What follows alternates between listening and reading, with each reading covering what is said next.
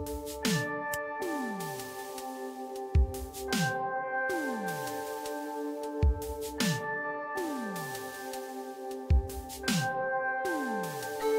can't keep giving us nothing and think we're bluffing about coming for your heads. Why play civil if you won't listen to 50,000 dead? Now we know our mission, we form a militia, make Congress a prison. Why play civil when all these dead won't make you listen? What's more American than slaying your oppressors? What's more American than liberty or death first? Man, I thought we were founded on abolishing the tyranny of those who would starve a village all to live empirically. And I regret that I have only one life to give for my cause now that I can see the cause so clearly. I want our leaders, regardless of party, to fear me. I will pick my targets and assassinate them lyrically. I will bring them out into the town square, hook them to the pillory and leave them there. Hillary, I'll see you there.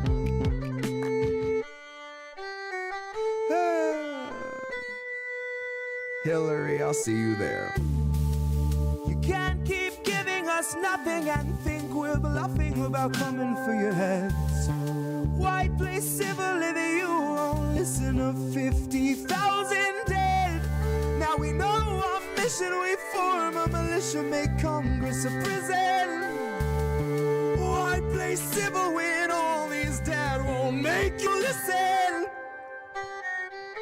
Welcome to the fantasy of rhetoric. Welcome to the last of the free speech while we can get it. And I promise you can get it. All you corporate Democrats, second wave Confederates, GOP illusionists, and neo-Nazi bureaucrats. And Stephen fucking Miller, I will see you in the aftermath. When all the laws are dust, there's just moral justice after that. And I will hunt you through the wasteland if it comes to that. So I can rub you in the dirt like a cheap human Brillo pad.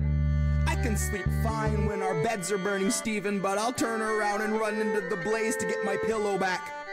As long as I can lay my head down, I can live with that. I can deal with a little ash.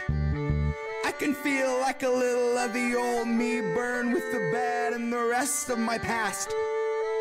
The old world where we all lived and we can't get back. The old world where you didn't give and you'd still get back.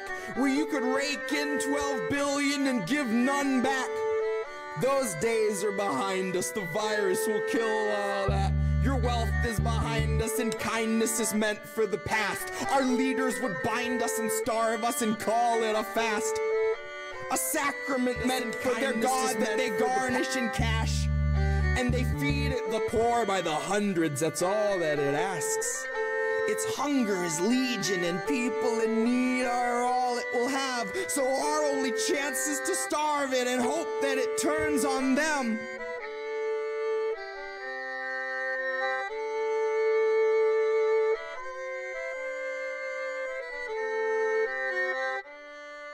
You can't keep giving us nothing and think we're bluffing about coming for your heads. Can't keep giving us nothing and think we're bluffing about coming for your heads. Because guess what? What has every major crime bill that's a Democratic crime bill?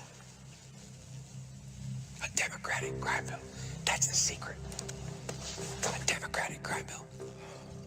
A Democratic president wants 100,000 cops.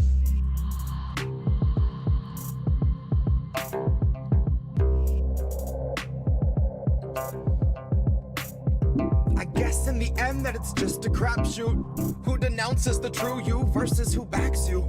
Knowing you would skin the poor to make a tracksuit. Knowing you'd begin a few wars if your overlords asked you. Knowing that the ink's not dry on the last few. And knowing that your voters aren't living in a goddamn vacuum. We see through you, Joe, we see past you. Joe, we know you only want to kick trans folks out the bathrooms. Spittle up some dreck about family values. That's the secret. Take away our weed and then say that we just need Valium. Joe Biden, patron saint of big pharma, knows no karma, and all of our media paints him as valiant. Well, I'm here to tell you the spirit of Biden exists in a cursed medallion that rose out of hell like smoke in the form of 1,000 stallions. A dead battalion, eyes blood red with a lust for the violence of racial injustice. That's the secret. I come to bury Joe and burn a candle for Augustus. It's maybe not a song you would dance to, but something of substance.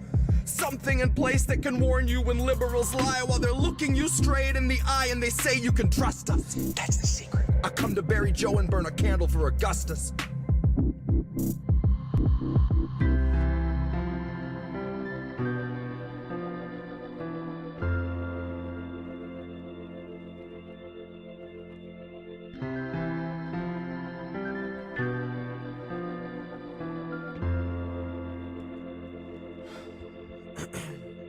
Maybe you didn't get what I meant. This is not a political event. It's the winter of our discontent.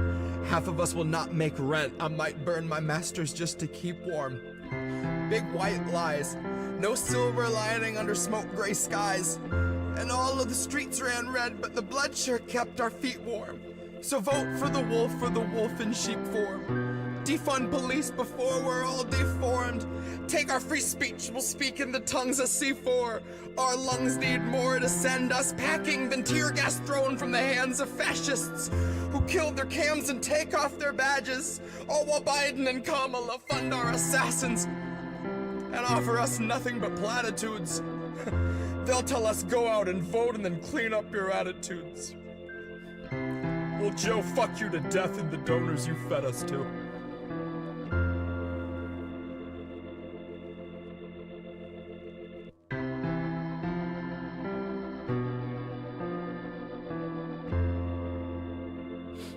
Go out and vote and then clean up your attitudes. A Democratic president wants 100,000 cops.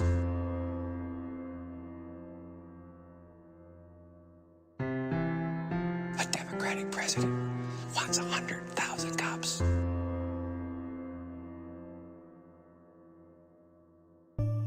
Good morning, Sunday morning.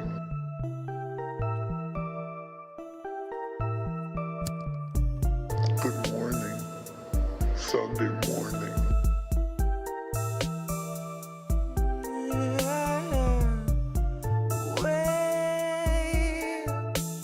We're 40 Sunday mornings out from normal and the world is not the same.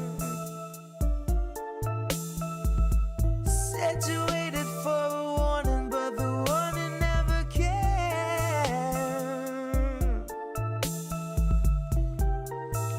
Don't shine a light in my face.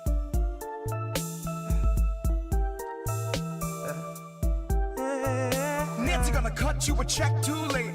2 years after your funeral's paid. 2 years after the grave. She'll be a little stronger for all of the dollars she saved. Watching you wake, watching you cling to your family slipping away. Watch her do nothing but pray. Watch her condemn the Republicans, take them to brunch and then shrug it away. Now watch us be outraged half of a day, then pick a new hero to face our leaders and think they could beat them. The game they played since Pelosi had real human blood in her veins.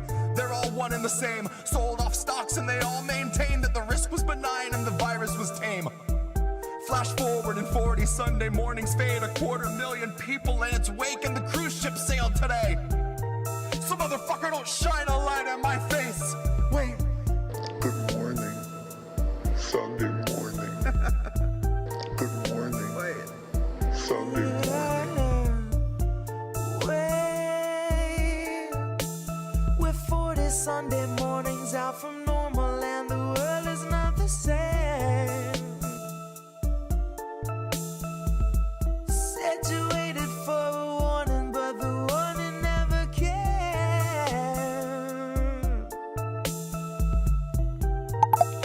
Don't shine a light in my face. Said you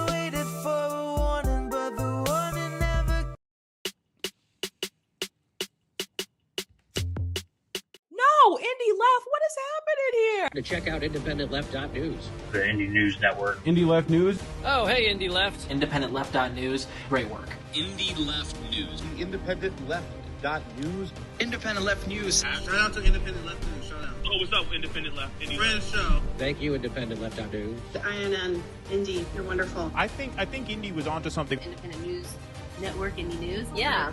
What's up, Indie, over on Rockfin? Independent News Network, also known as INN. Indie Left News. I don't know if I would have made it through that 3 weeks without Indie, honestly. No, I was just going to ask Indy.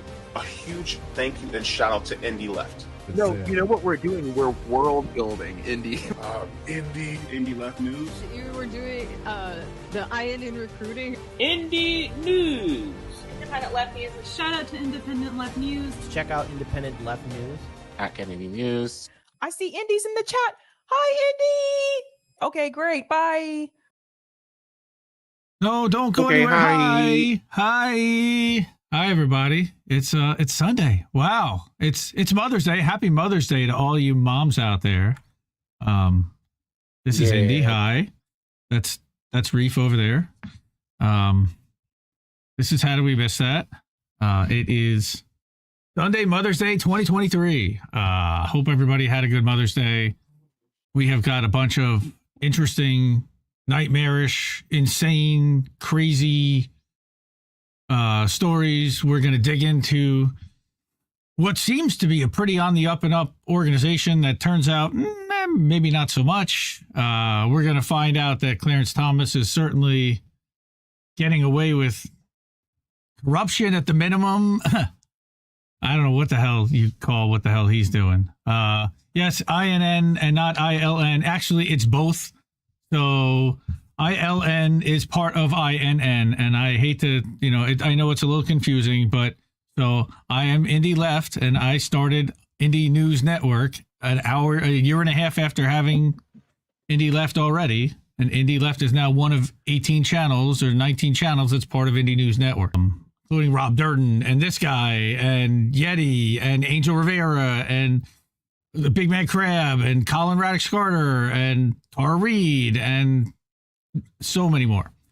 So that's the difference between Indie Left and INN. But welcome, everybody. Hi, everybody.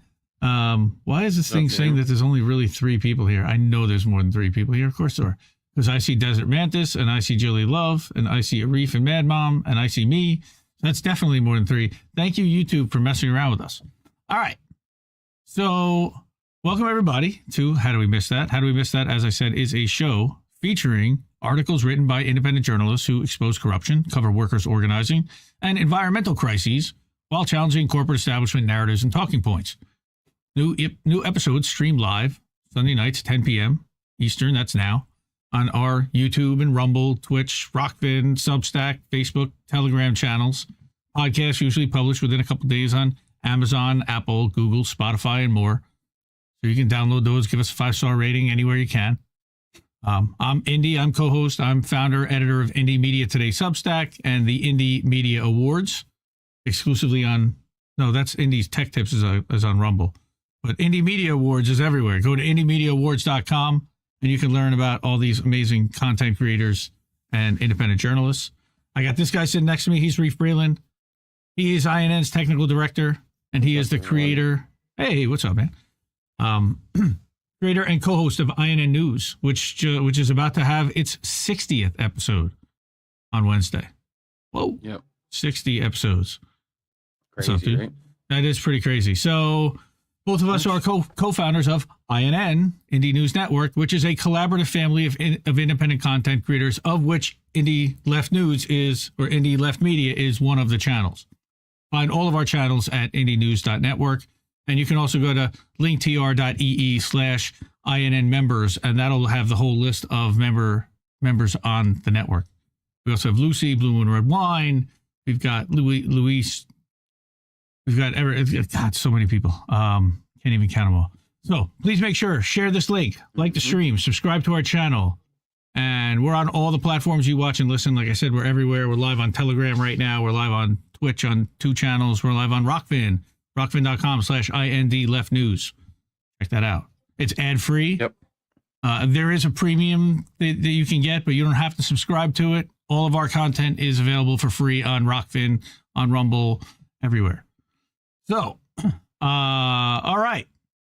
We have got, let's get to the slideshow. Oh, first I need to share something with you so you can see what we're doing, right, Reef? That would help? Yeah, that would help. It usually does help. Why am I not able to? Here, D-score. Whoa. Uh-oh. Great success. Great success. Thank you. Yes. Okay. Share my screen. We're doing it live, folks. We're doing it live. All right. So Reef's going to be able to see that, and he'll be able to see when I look at Twitter afterwards. Wow, it's very nice. Okay. So let's go over to our main. Hey, there we go. All right. You're very welcome, Chili Love. I know it is confusing. It confuses the hell out of everybody. It doesn't confuse me, but it confuses everybody else. Even people in INN. They're like, wait, what's what?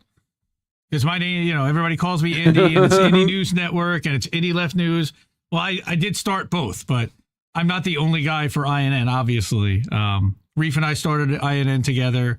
I was covering, and I found all these different streamers and writers, and I contacted each one of them and was like, hey, let's put together an independent network of people. And it's a year and a half later, and it's still incredible. But so tonight we have got Clarence Thomas, of course, getting away with it, and then the Censorship-Industrial complex. We're going to go through.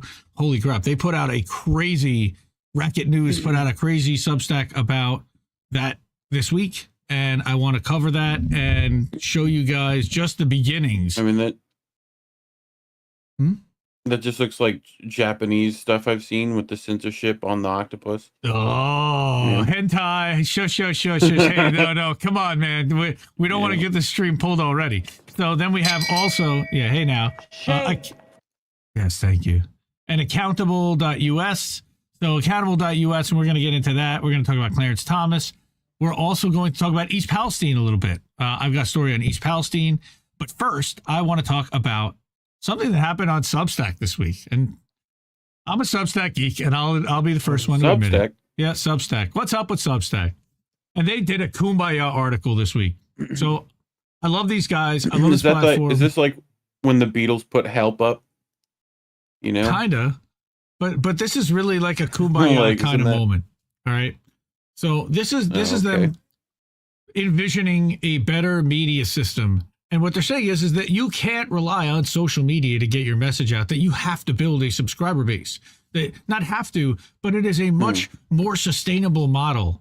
And they're going to explain why. And that's why I wanted to bring this article to everybody. This one I read a couple of times this week, and it was written by the co-founders of Substack. Are you going to call Hamish a cool dude again? So this is like the second best video he's ever seen? I don't want to be a suck-up, but he has been put, the fact that these co-founders have been so accessible on Substack Notes, that they are listening to their users and to their publishers, and they're trying to make it better and make improvements on the fly. I gotta commend that. Like, it's really cool. And it's really cool to be able to have access to somebody like that. And not just me, but everybody that's there and chooses to engage. It's not just me. So this is Chris, Hamish, and Jiraj. Chris is also on Notes pretty often. I have not seen Jiraj on there. So this is from their. It is the best Chris. Now he's gonna love that one. So this is from their on.substack.com. This is their Substack blog, and this is kind of like their, how they've been charting the future. So what they say is that, and we've been talking about this, that in the last few weeks, following the launch of Notes, Twitter's chosen to restrict writers' ability to share their work by hiding Substack previews and limiting the distribution of Substack links. It's also cut Substack off from its API, which means that writers can no longer embed tweets in their posts. And we are deeply disappointed by Twitter's actions and have been trying to resolve the issue unsuccessfully so far. Yeah, that's about $40,000 a month, guys. I know what the resolution is. All right. We badly wish writers weren't in this position, and I agree. Writers should be able to share their work freely on Twitter and any other social network, wherever their readers may be. Yeah.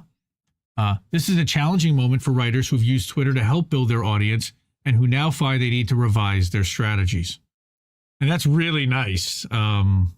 And I feel you guys. Nice. It's nice. At the same time, we recognize that, fair or not, this was probably inevitable.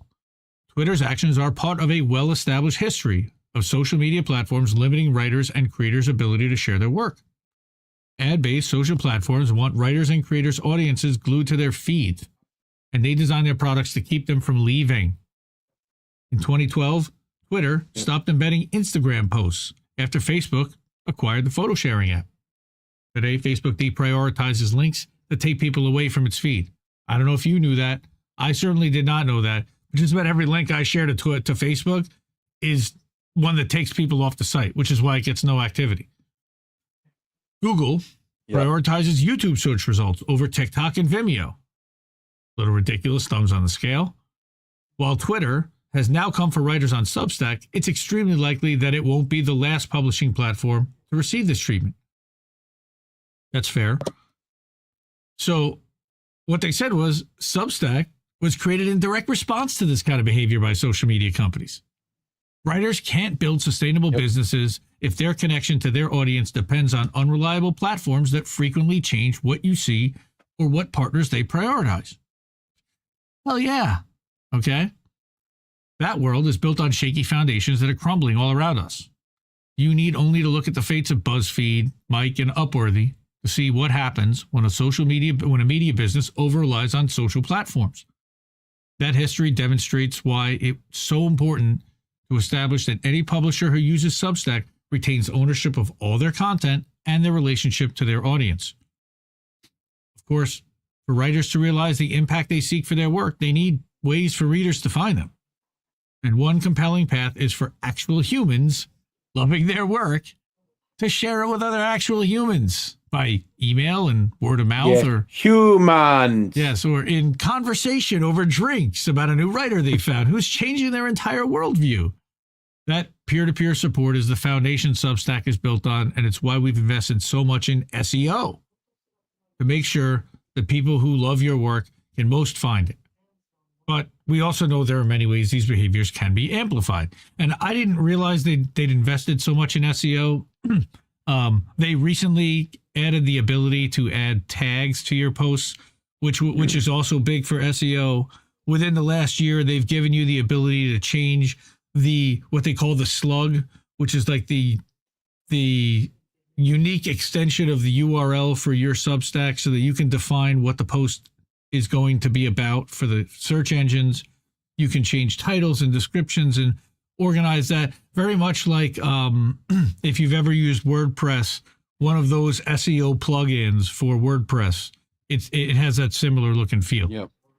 So they said that for the past year, we have been building tools for writers to grow their audience and business without needing to rely on social platforms.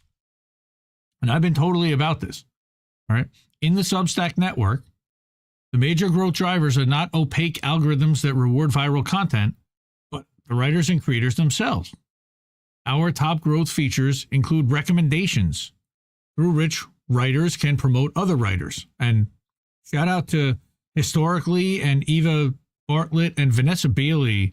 I get a ton of, I think it's Vanessa Bailey and Historically, I get the most referrals of people signing up for my channel and for my Substack through them.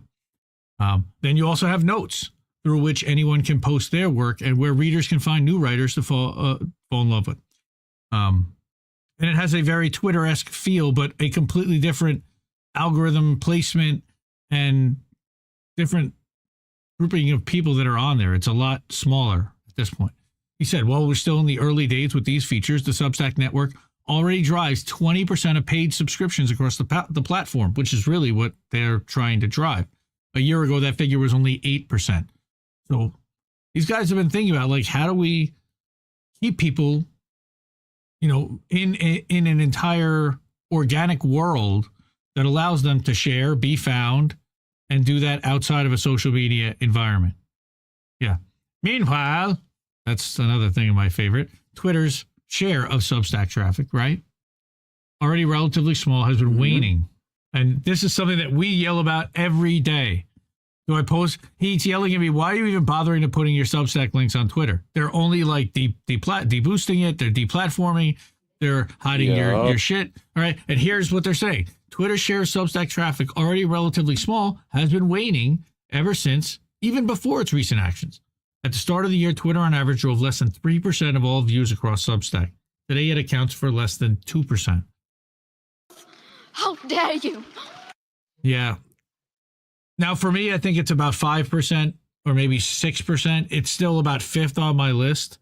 But Twitter is still really important because it's where I do the most one-on-one communication with people in our community.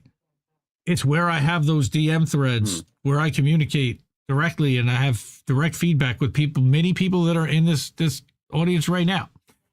But to be clear, good people, very excellent the best people. All right, but excellent to be clear, people, so many, right? The best, but he's not on there. They wouldn't stop him if he wanted to sign up for one, but he's got his own thing, I guess. That would have been a good distribution platform. Somebody should have sold him on that. Really, really excellent platform. To be clear, we encourage writers to publish on any platform they choose so they can raise their profile and engage with ideas, or even just because they enjoy it. But writers cannot rely on these platforms, including theirs. To become independent, they need a direct connection with their audience that the Substack model provides. And, fortunately, the growth benefits of the Substack ecosystem already far outweigh the benefits from sharing links on social media. Another person that other than OnlyFans. Well, yeah, well, Bert Kreischer, OnlyFans. That was great. What was that? I'm just saying. Was that the roast? They did a Whitney one recently too, I think. Oh my God. So roast a Whitney. They're so good. But yeah, I've had this back and forth with Kevin Gostola also as well, because he was on Substack early on, and he moved over to Ghost because, well, he's an Indie Media Award honoree, by the way. Thank you. Actually, he is a double for Shadowproof and for him, so that's fitting. He moved over to Ghost because it is a paid subscriber only, and there was no real free model, I don't believe. I think that in order to get on something, you had at the time that you had to pay some kind of thing. Or as a creator, I don't think that there was a free model. You had to pay some kind of monthly fee in order to be able to publish there. I don't know if that's changed. Gotcha. But, well, we have no say at Substack. Like Medium, kind of. Kind of. Well, no, Medium, I don't think you have to pay to publish on Medium. You have to pay to be a member of Medium, but no, not to publish there. No, if you want to create a Ghost presence, like I created a Substack page and anybody can for free, and you can do that with a referral code, just ask me for it. You can do that for free. You can't do that on Ghost. You have to pay like $9 a month or something like that just to be able to publish there. Anyway, while we have no say over how social media companies treat writers and creators from this point on, we can commit to continuing to build a strong, reliable platform that not only provides great publishing and growth tools, but also puts writers' needs first. Our business depends on it. Our mission of building a new economic engine for culture is a long-term project. It can be achieved only in partnership with writers and creators and with real, steady gains that can't be undone by a third party. And in the Substack ecosystem, writers can focus on what they do best, which is producing great writing that earns readers' respect and support. And for our part, we'll focus on creating a platform that makes everything else, from starting to managing to growing an independent media business, simple and powerful. Amazing why I champion these guys and why, they just align with what we're trying to do here. I really think so. So, and thank you to all of us for our trust and patience and continued support of independent writers and a better media system for us all. So how could I not love this thing? And people would say that they're shit libs, if anything, but except that there's more anti-COVID big pharma narrative stuff on Twitter and stuff that debunking everything with regard to Great Reset and all of corporate narratives is all over Substack. And that's why it's driving corporate media crazy, because they can't control that narrative. Nor can the people who create Substack.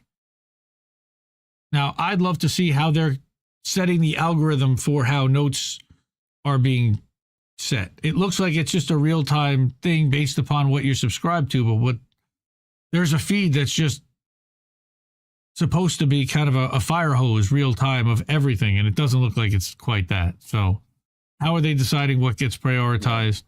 They also now have multiple check systems, which I'm not really crazy about, but holy shit, they just came out with a new one called a purple check. As long as they don't have a WEF executive on the, about to run the thing. Oh God, no. Be all right. Yeah, exactly. But what's beautiful about them though is that you can take your content. Beautiful. You can export all of this content and take it to another platform, as well as your subscriber base. Go full throttle. You got to go full throttle.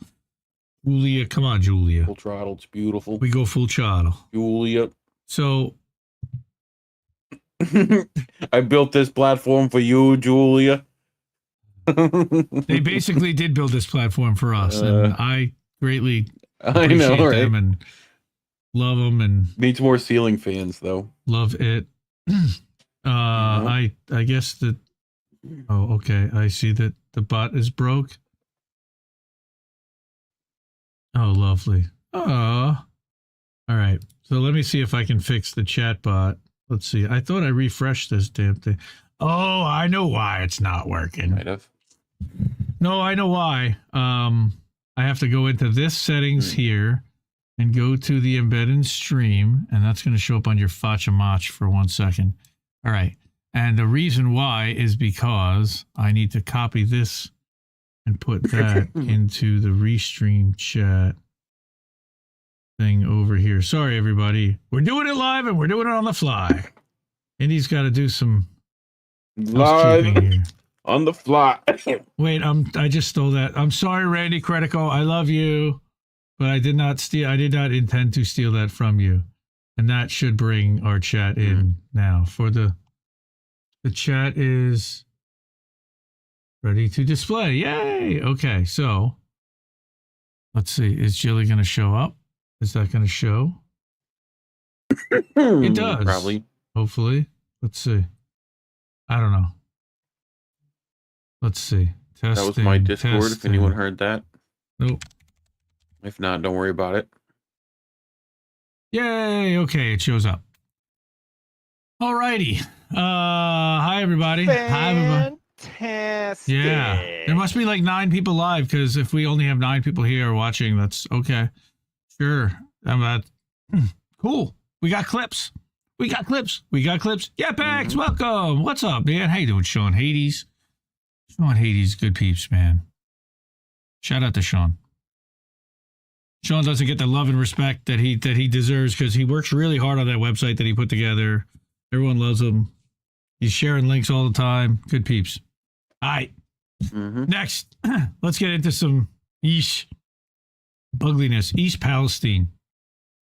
Hey, we got rid of that green line. Oh, that looks so much better. Oh, that was bugging the shit out of me.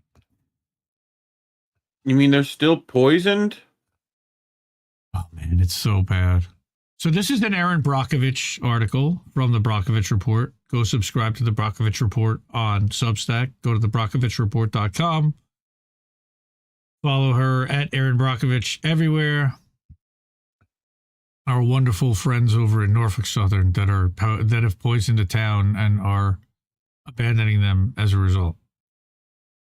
So Aaron says that while media attention has faded for the small village in northeastern Columbiana County, Ohio, just 3 months since a toxic, residents are still dealing with the aftermath, and we need to keep talking about it. So she went on the corporate news nation. She's been on The View recently. Erin's been making the corporate media rounds, but at least, hey, look, somebody's got to keep the word alive, and I appreciate that she's doing that.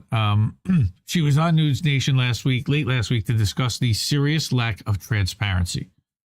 And this is what's going on. And shout out to all of the reporters that have continued to keep this alive on the ground, as well as United for East Palestine, who will be having a return appearance on the Misty Winston show, I know, a week from Monday.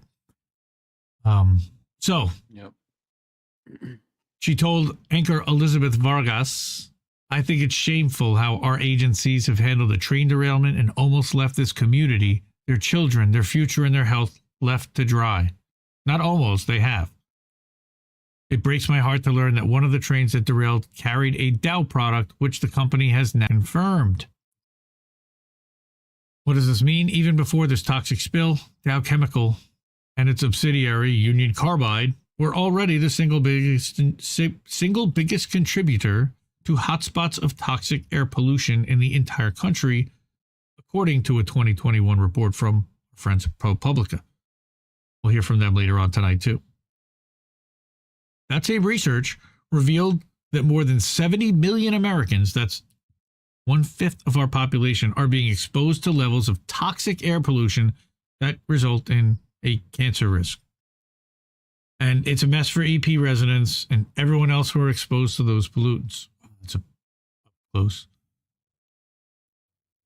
The chemical, called ethyl hexyl acrylate, is used as a raw material in the production of adhesives, coatings, construction materials, printing inks, and plastics. And it was one of 5 toxic chemicals that were released into the area along with vinyl chloride, butyl acrylate, isobutylene, and ethylene glycol. Those chemicals were set ablaze in a chemical fire, and they spilled into a ditch that feeds Sulphur Run, which is a stream that joins Leslie Run, which eventually empties into the Ohio River. And folks are still showing video of those waterways, and they don't look clean to me. Plus, here's a photo of a resident filling up her bathtub who's been told her water is safe for consumption. It's gross. It's like literally black. Ethyl hexyl acrylate and ethylene glycol. You know, it's really funny. I know how to pronounce all this stuff by reading the shampoo bottle on, now they have phones and stuff, but like when we were kids, when you were sitting there and you didn't have anything else to read, you basically read the back of the shampoo and the back of the conditioner. So I learned how to read all that stuff because I was terrible in chemistry, but I could read all that. But ethylene glycol can cause irritation of the skin and eyes, as well as sore throat and nausea with exposure to high concentrations, according to the National Library of Medicine. And all of these symptoms are... That's just Taco Bell. Right? All these symptoms are ones that East Palestine residents have reported and, of course, are still reporting. Yeah. Yes, Desert Mantis, methylchloroisothiazolinone. Don't ask me how I know that, but it was in like PERT Plus or Prel or one of those, because it was in my shower for who's in my shower Head and Shoulders for like 40 years. No, for like growing up when I was a teenager. Anyway, somehow this area was deemed safe while cleanup continues, and we know why. We've reported on that before, and they can't keep the trains running if they deem the area is unsafe and if there aren't residents living there. So they can't run a train through East Palestine, and it's a critical junction. Norfolk Southern is working with regulatory agent. It is a non-functioning junction. Norfolk Southern is working with regulatory agencies on their investigations into the derailment and continues its efforts to remove chemicals from the site of the derailment. Yeah, sure they do. They do. We continue to work daily cleaning the site and surrounding community. Sure they do. That's what their senior communications manager or their PR agent told the Daily News on April 27th. And we recently hit a milestone of completing evacuation efforts for Track 1 and expect the work under Track 2 to be completed in June. Most importantly, we will be there for as long as it takes. Aha.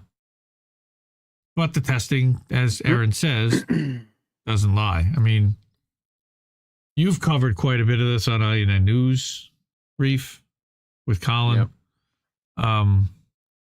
Yeah, they'll be there as long as it takes until they need to go get coffee or, go live their lives not poisoned. Yeah. I'd love to see the government make them have to buy it and all the executives live there. Yeah. We've learned that dozens of residents have urine samples testing positive for vinyl chloride and benzene. Jesus Christ. Yep. You can watch And resident that's not just Shelby something you use Walker. to clean your records. Oh, God. You can watch resident Shelby Walker, who lives only 900 feet from the disaster, discuss her concerns surrounding her health here. And that is a video that I believe maybe even Status Quo, somebody took. I mean, there's a bunch of links to this article. I'll drop the link to this in chat, but go to the Brockovich report. I believe it's still the most recent article. Long-term exposure to high levels of benzene in the air can cause leukemia. But at this point, doctors don't have protocols for how to get these chemicals out of our system. Thanks. Vinyl chloride contaminates many communities in the U.S. due to pollution from plastics manufacturing plants, according to a new report. So great, this shit is everywhere. It's used to make plastic, polyvinyl chloride, PVC, and is classified by the U.S. EPA as a carcinogen. Yay! And has been linked to higher rates of lung and liver cancer, as well as liver disease, neurological problems, and miscarriage. A whole host of just wonderful things that they decided to serve us. A whole new world. That's what I thought you were going. No, I wasn't going to go. It. No, I could. It is nightmarishly dystopian. So many people that live in the area are still reeling from this toxic disaster. Their friends, not our friends, but I will shout out to Lewis for being on the ground at Status Quo. Spoke with local Chrissy Ferguson about the situation on the ground. You can. Erin has. Her urine has also tested positive for vinyl chloride, and if you go to the article, there is a 20-minute video with Lewis directly interviewing her at her house, and it's horrible. It's heartbreaking. It's nightmarish, and I can't. And then this made me want to. Kind of made me want to cry a little bit, like when I read this. My best advice to locals in East Palestine is continue to stay community strong. What does that mean? If you haven't already, consider joining the Facebook group United for East Palestine, Ohio, which I'm a member of. This group has more than 8,000 members and was created to bring together resources available to those impacted by the train derailment, as many families were forced to leave their homes. The other thing I want to continue to remind folks living there is to keep a detailed journal that best describes your physical and emotional condition, including any symptoms. As expected after a traumatic event, stress levels remain high in East Palestine. That's an understatement. Marcy Patton leads the Columbiana County Mental Health and Recovery Services Board, which has been providing crisis and counseling mental health support since the derailment. She told the local station that they're seeing symptoms of PTSD. People may have trouble sleeping. People may have problems with appetite, panic attacks. My throat always does this when I go live. It's so funny. I mean, it sounds just like seasonal. Yeah. What's allergies. That? SADS? Yeah, right? No, it's not SADS. Yeah. Oh, God, no. Her organization started a stress management class and a community support group to fill a gap in resources, and these meetings are open to the public and offered free of charge. Really nice. And then, of course, litigation's moving forward, but the legal world moves incredibly slow. We haven't gone away. The work continues, but this part is done in offices and doesn't get much coverage. For those wondering about deadlines related to litigation, yes, there is a deadline for when you can file a lawsuit for damages you suffer as a result of the action of others. This is called a statute of limitations. And in Ohio, the statute of limitations on property damage and personal injury claims is 2 years from the date of the accident. So if you want to sue Norfolk So they're trying to wait it out. For damages caused, you would need to do so by February 2nd, 2025. Well, you could first file a lawsuit on February 1st, 2025, and then they can drag that out forever, yes. But you may want to, I don't know why you would want to wait, but I mean, they probably want to gather as many signatures, resources, and everything, and take as much time as possible to file the most airtight, largest, broadest class action that you possibly could, I would guess. But she would know better than I because she's done it a couple of times already. She's done it against PG&E in California. So I would have to rely on her expertise in this, but of course, ask a lot of questions, learn, push, and try to be one of those experts moving forward potentially, because we need more. And I think she would agree with that too. This week on Thursday, the Way Station and First United Presbyterian Church will hosted an informational session with Ohio EPA about surface water. So she's giving information about where you can go, and the sessions run 6 to 7, where and what to dial. And guys, they're still asking for water.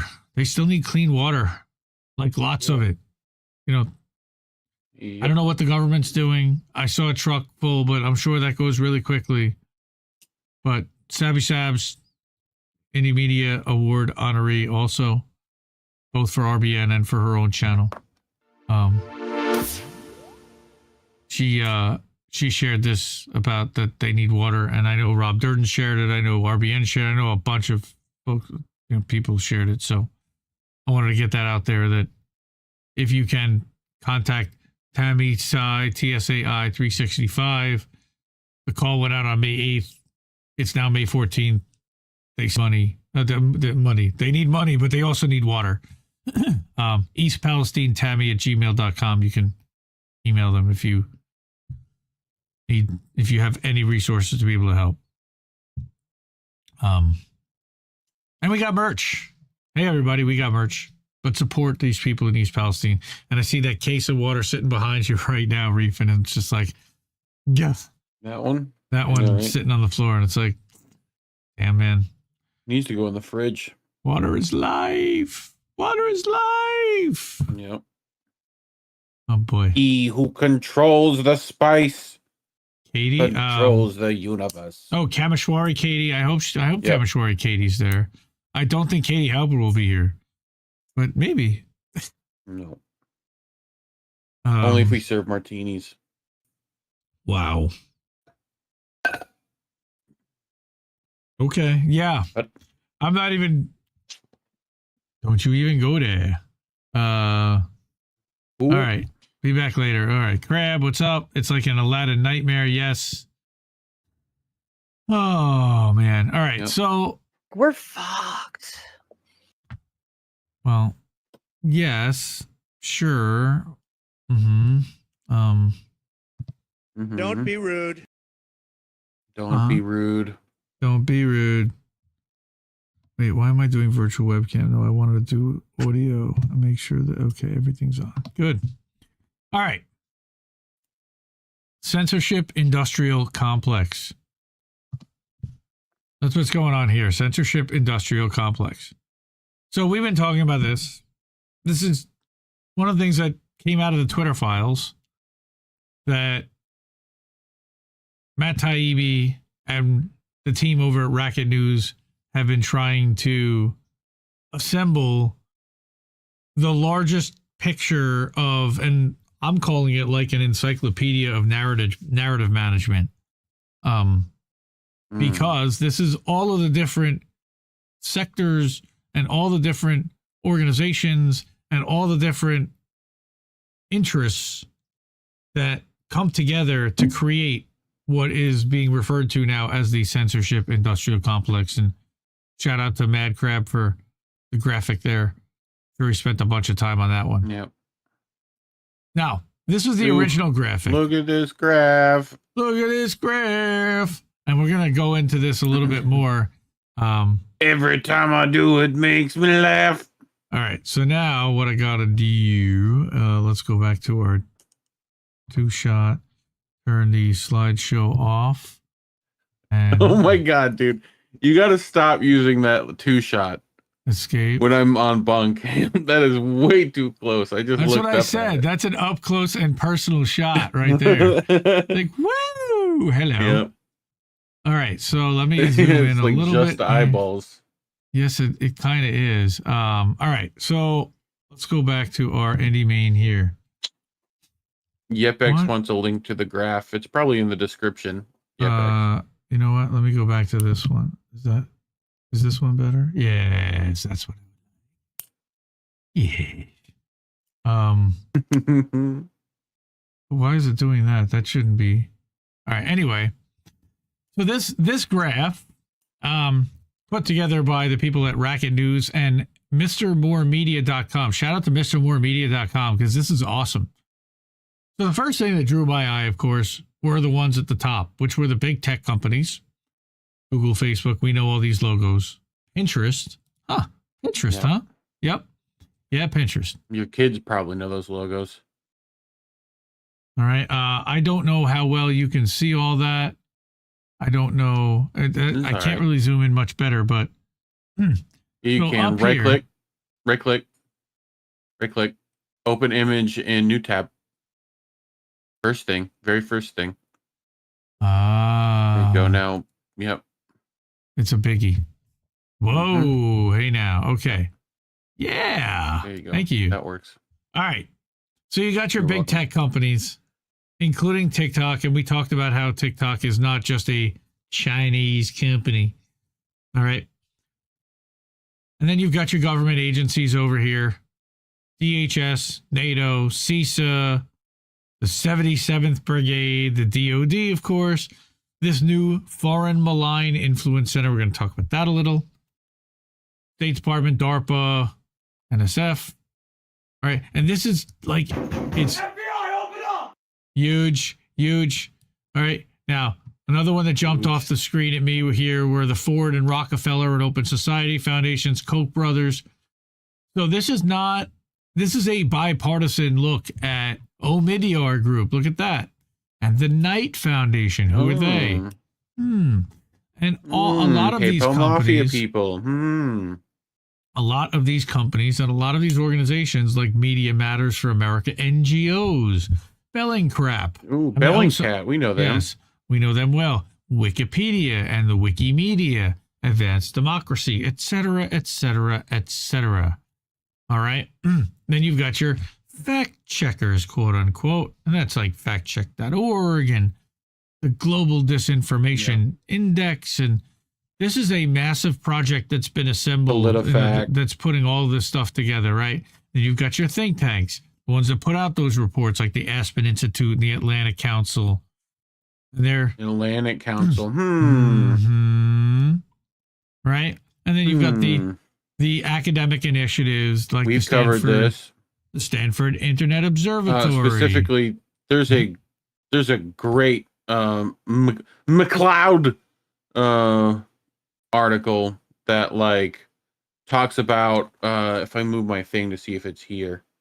Me and Colin covered it way back on INN News about English Ivy League, Cambridge or which Oxford, one's over there? Cambridge, Oxford, one of those. Might have been it. How that like how the literal how literal deep state, ex CIA, ex FBI, ex military generals, ex like whatever are like working in these positions of education at these places, and recruiting members that way. It's all interconnected. And also controlling the education that your children get and at college. Very much so. The Hewlett Foundation, all these, the Google News Initiative, of course, the Bill and Melinda Gates Foundation, which has donated millions to just about every major media organization in the last few years. Kurzgesagt, and other science-influenced content on YouTube. They fund a ton of that. Yep. So getting back to this article, and I did want to read just the intro. So what they did was they laid out, they're starting to lay out, these are the 50 largest organizations to know, the top 50 organizations that you should know about, the Citizens Starter Kit to Understanding the New Global Information Cartel, how it's all interconnected, and it's going to give you like, where do they appear in the Twitter files, how they're connected and who they're connected to, and where do they fit into the entire big picture. And it's really interesting. Yeah. So, by Matt Taibbi, but this was a collective of Susan Schmidt and Andrew Lowenthal. Shout out to Andrew from Network Effects Tom Wyatt, Technofog. One of them is like Chasing Tom Clancy, and the other writers are listed at the bottom. But Matt wrote the intro, and he says that on January 17, 1961, outgoing president and former Supreme Allied Commander Eisenhower gave one of the most consequential speeches in American history.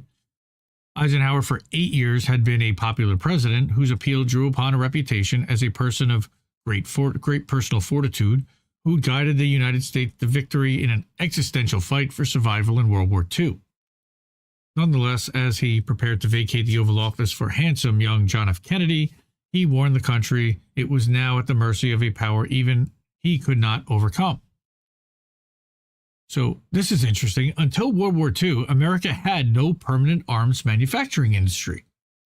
I wasn't aware of that. Mm-hmm. Now it did. And this new sector, Eisenhower said, was building up around itself a cultural, financial, and political support system accruing enormous power. This conjunction of an immense military establishment and a large arms industry is new in the American experience, he said. And he basically called it a military-industrial complex, as you see here. Yeah, it's Eisenhower's famous thing. Mm-hmm. Right? The thing was, you had places like Colt and Browning and whatever, but they were like isolated, you know, almost like special order kind of stuff. You know, you'd buy stuff like a Sharps rifle. You'd have a gunsmith build you a rifle, you know. Right. So they started the manufacturing of that for the West, which is why those guns won the West, you know. But it wasn't necessarily an industry, you know? Yeah. Like, it was beginning to be. But yes. World War II definitely solidified that, because all those guys got giant government contracts. Right. So Eisenhower was saying we must never let the weight of this combination endanger our liberties, our democratic processes. Only an alert and a knowledgeable citizenry can compel the proper meshing of the huge industrial and military machinery of defense with our peaceful methods and goals so that security and liberty may prosper together. That doesn't even include the intelligence community and corporations, which then start to really muddy the waters. Now, notice here it says restack quote because this is on Substack. I could put this out and it would make like a little italicized quoted thing and put that out on Substack notes, which is pretty cool.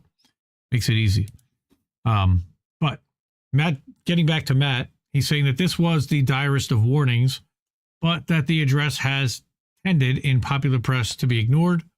After 60 plus years, most of America, including most of the American left, which traditionally focused on the most on this issue, has lost its fear that our arms industry might conquer democracy from within. Now, however, we've unfortunately found cause to reconsider Eisenhower's warning. Yeah.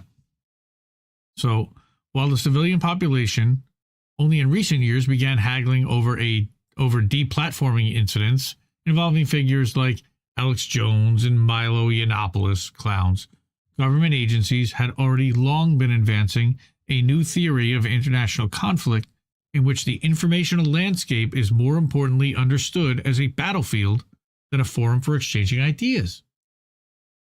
In this view, spammy ads, junk news, and the sharing of work from disinformation agents like Jones aren't inevitable features of a free internet, but sorties in a new form of a conflict called hybrid warfare. So literally, we were talking about some of those agents when we were talking about the list that Crab was doing just the other day. You know, the shitlib tier list. Because some of those people are definitely chaos agents. So, well, I mean, and new popular stimulant addicts, Chris Mowry and Harry Jizison, Jay Sisson. Right? Those guys are special, huh? So in 1996, just as the internet was becoming part of daily life in America, the U.S. Army published Field Manual 100-6, which spoke of an expanding information domain termed the global information environment that contains information processes and systems that are beyond the direct influence of the military. Military commanders needed to understand that information dominance in the GIE would henceforth be a crucial element for operating effectively. God, this is so dystopian. You'll often see it implied that information operations are only practiced by America's enemies because only America's enemies are low enough and deprived of enough of real firepower to require the use of such tactics, needing as they do to overcome military limitations. But we rarely hear about America's own lengthy history with active measures and information operations. But popular media gives us space to read about the desperate tactics of the Asiatic enemy, perennially described as something like an incurable transcontinental golf cheat. Indeed, part of the new mania surrounding hybrid warfare is the idea that while the American human being is accustomed to living in clear states of war or peace, the Russian, Chinese, or Iranian citizen is born into a state of constant conflict, where war is always ongoing, whether declared or not. Wow. In the face of such adversaries, America's open information landscape is little more than military weakness. I guess from a military perspective. Gamer wants you to reiterate what IMAT stands for. Where? IMAT? IMA. Yeah, TT. Industrial Military. Well, it's the MIC. It's the Military Industrial Complex, and it's the intelligence. Yeah, the MATT is it's got to do with corporate intelligence. I don't remember what it is off the top of my head. I'm too much weed, guys. Sorry, it's been a long weekend. I'll Thank you. look it up. Part of the new mania surrounding hybrid warfare is the air, right? So military weakness. So in March of 2017, in a hearing of the House Armed Services Committee on Hybrid War, Chairman Mac Thornberry opened the session with ominous remarks, suggesting that in the wider context of history, an America built on constitutional principles of decentralized power might have been badly designed. Oh, okay. International Military Assistance and Training Team. There you go. Yeah, that is also dystopian. But that's Americans Canada. Are used to that's our peacekeeping troops that are over in Ukraine right now. So this guy said Americans are used to thinking of a binary state of either war or peace. That's the way our organization's doctrine and approaches are geared.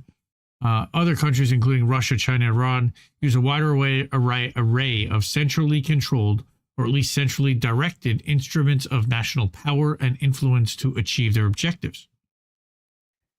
Whether it's contributing to foreign political parties, targeted assassinations of opponents, infiltrating non-uniform personnel such as the Little Green Men, traditional media and social media, influence operations, or cyber-connected activity, all of these tactics and more are used to advance their national interests and most often to damage American national interests. The historical record suggests that hybrid warfare in one form or another may well be the norm for human conflict rather than the exception. Yeah, except we do all that stuff too. And I think that's the point. Around that same time, i.e. shortly after the election of Donald Trump, it was becoming a gospel among the future leaders of the censorship-industrial complex that interference by malign foreign threat actors and the vicissitudes of Western domestic politics must be linked. So everything from Podesta emails to Trump's Rust Belt primary victories to Brexit were to be understood first and foremost as hybrid war events. So this is why the Trump-Russia scandal in the United States will likely be remembered as a crucial moment in the 21st century history, even though the investigation superficially ended a non-story fake news in itself. But what the Mueller investigation didn't accomplish in ousting Trump from office, it did accomplish in birthing a vast new public-private bureaucracy devoted to stopping dis, and malinformation. Wow, now there's malinformation while smoothing public acquiescence to the emergence of a spate of new government agencies with information warfare missions, like that one that I just showed you. The censorship-industrial complex is just the military-industrial complex reborn for the hybrid warfare age. That makes sense. Much like the war industry, pleased to call itself the defense sector, the anti-disinformation complex markets itself as merely defensive, designed to fend off the hostile attacks of foreign cyber adversaries who, unlike us, have military limitations. 800 bases worldwide were not spread thin at all. The CIC, however, is neither wholly about defense, nor even mostly focused on foreign disinformation. It's become instead a relentless, unified messaging system aimed primarily at domestic populations, who are told that political discord at home aids the enemy's undeclared hybrid assault on democracy. Basically, if you question Joe Biden, you're helping Russia or you're helping China. That's effectively what they're saying there. And that's the narrative that's being projected. You know the thing. Yeah, we know the thing. Thanks, Joe. They suggest we must rethink old conceptions about rights and give ourselves over to new surveillance techniques like toxicity monitoring. Oh, God. What does that mean? Yep. To replace the old free press with editors. That's like if you get into a room and Britney Spears is playing, you can monitor that. Well, wait. Or no, not toxic. Toxicity is yeah, it's toxic. That's right. System of a Down. Boop, boop, right. But okay, you're gonna replace the musty old right. You're gonna replace the musty old free press editors claiming a nose for news with an updated model that uses automated assignment tools like newsworthy claim extraction and submit to frank thought policing mechanisms like the redirect method, which sends ads at online browsers of dangerous content, pushing them toward constructive alternative messages. Jesus. It's ink-sock. It's totally ink-sock. Yeah. Binding all this is a commitment to a new homogenous politics, which the complex of public and private agencies listed below seeks to capture in something like a unified field theory of neoliberal narrative, which can be perpetually tweaked and amplified online via algorithm and machine learning. Yes, we've seen that. This is what some of the organizations on this list mean when they talk about coming up with shared vocabulary of information disorder or credibility or media literacy. Anti-disinformation groups talk endlessly about building resilience to disinformation, which in practice means making sure the public hears approved narratives so often